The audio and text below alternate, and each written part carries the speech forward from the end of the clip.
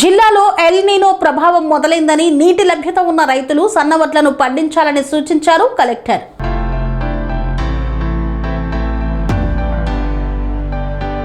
జిల్లాలో ఎల్ నీనో ప్రభావం మొదలైందని నీటి లభ్యత ఉన్న రైతులు సన్నవడ్లను పండించాలని, వర్షాభావ లోటు ఉన్న ప్రాంతాల్లో పప్పు దినుసులు, కూరగాయలు మాత్రమే వేయాలని జిల్లా కలెక్టర్ కె హైమావతి జిల్లా రైతాంగానికి విజ్ఞప్తి చేశారు. సిద్దిపేట అర్బన్ మండలం పొన్నాల రైతు వేదికలో వ్యవసాయ శాఖ వారు నిర్వహించిన విత్తన మేళా కార్యక్రమంలో ముఖ్య అతిథిగా జిల్లా కలెక్టర్ పాల్గొన్నారు.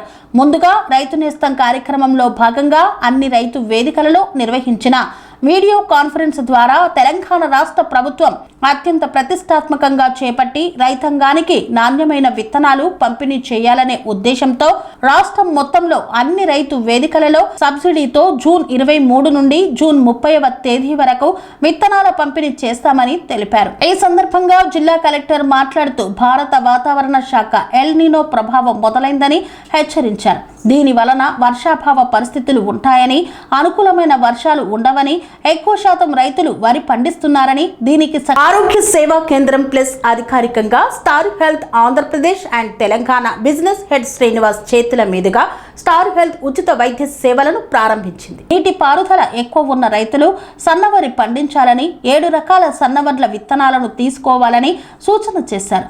వర్షాభావ పరిస్థితిలో ఉన్న ప్రాంతాల్లో పప్పు దినుసులు, నూనె గింజలు, కంది, మినుము, పెసర, మిల్లెట్స్, కూరగాయలు ఇలాంటివి అన్నీ కూడా పండించాలని తెలియజేశారు. సిద్దిపేట జిల్లా రైతులందరికీ కూడా విజ్ఞప్తి అండి. మనకి వాతావరణ శాఖ వారు ఆల్రెడీ ఎల్ నీనో ప్రభావం మొదలైందని చెప్పడం జరిగింది. కాబట్టి దీనివల్ల ఏమంటే వర్షాభావ పరిస్థితులు ఉంటాయి, మనకి అనుకూలమైన వర్షాలు ఉండవు. మనం ముఖ్యంగా అందరు కూడా రైతులందరూ కూడా వరి పండిస్తున్నారు. దీనివల్ల ఏమవుతుందంటే మనకి సరైన అంటే సక్రమమైన టైంలో మనకి వర్షాలు లేకపోతే కనుక ఎల్ నీనో ప్రభావంతో ఆ పంట మనకి దిగుబడి రాదు, ఎండిపోయే అవకాశం ఉంటుంది. కాబట్టి సైంటిస్టులు మనకి కొన్ని వెరైటీస్ చెప్పారండి. ఒకటేమో అంటే మనకి వాటర్ సఫిషియెంట్గా ఉన్న ప్లేసెస్లో మనకి సన్న వడ్లు పండించుకోమని, అది ముఖ్యంగా ఏంటంటే ఫైన్ వెరైటీస్ మనకి ఒక 7 వెరైటీస్ మనకు సజెస్ట్ చేశారు.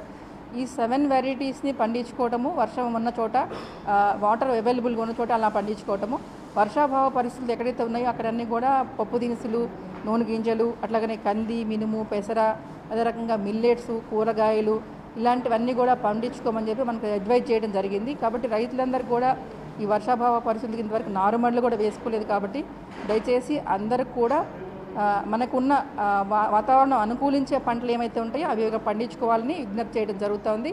వీటన్నిటి కోసం అనేసి ప్రభుత్వం నుంచి మనకి అన్ని రైతు వేదికల్లో కూడా ఈ సీడ్ అనేది సేల్స్ అనేది స్టార్ట్ చేయడం జరిగింది ఈ రోజు నుంచి. కాబట్టి విత్తనాల మేళా అనేది ఈ రోజు నుంచి 30వ తారీఖు వరకు, నెల 30వ తారీఖు వరకు అన్ని రైతు వేదికల్లో అందుబాటులో ఉంటాయి. కాబట్టి రైతులు వాళ్ళకి కావాల్సిన విత్తనాలన్నీ కూడా అక్కడ కొనుగోలు చేయమని సూచించడం జరుగుతుంది. దయచేసి గమనించగలరు.